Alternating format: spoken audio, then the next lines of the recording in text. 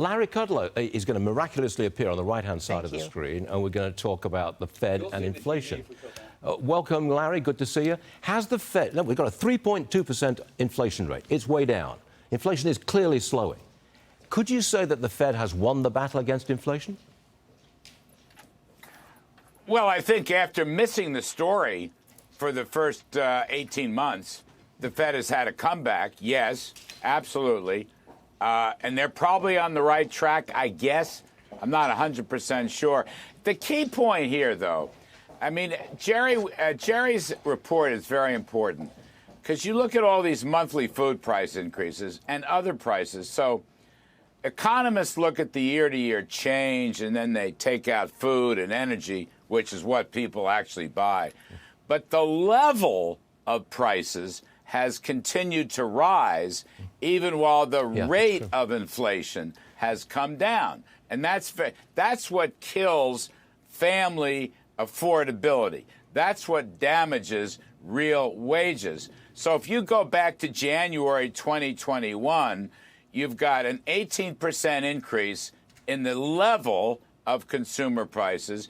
You've got a 20% increase in grocery prices, and you got about a 35% increase in energy prices, just to use the essentials. So that's the problem with this story. I mean, really, I know the Fed's target is 2% inflation rate, but if they ever did this right to actually help consumers and working folks, they would lower the price level for a year or so and try to get back to where we were in, 2018, 2019, that kind of thing, or even 2021 before the inflation explosion during Bidenomics. You know, Larry, I watched your show yesterday, and you were absolutely railing about common sense. Great monologue. Well, please apply common sense to the House vote and this looming government shutdown. Is there any common sense in the House these days? Well, yeah, I think there's quite a lot. I mean, of course, my common sense was directed at the insanity and craziness of tearing down an American flag and putting up a Palestinian flag on Veterans Day weekend. Yeah. And what happened in the streets of New York and Grand Central Station, which I think just defies belief and credulity in a great country like ours.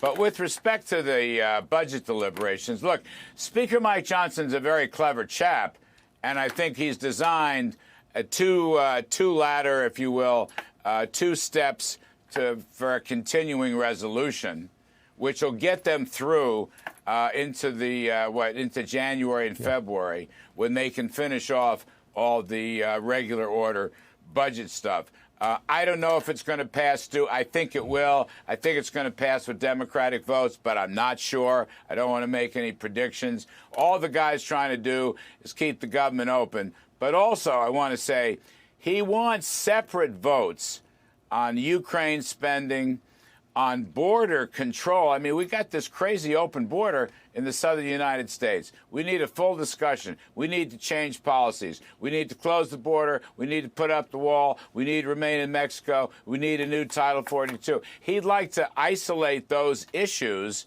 so we can have a full discussion and then get Israel enough money so they can destroy Hamas and whatever else Israel has to do. So is it common sense? Yeah, I mean, I think it's pretty clever legislative strategy. Is it going to work? I don't know. That's a tough forecast.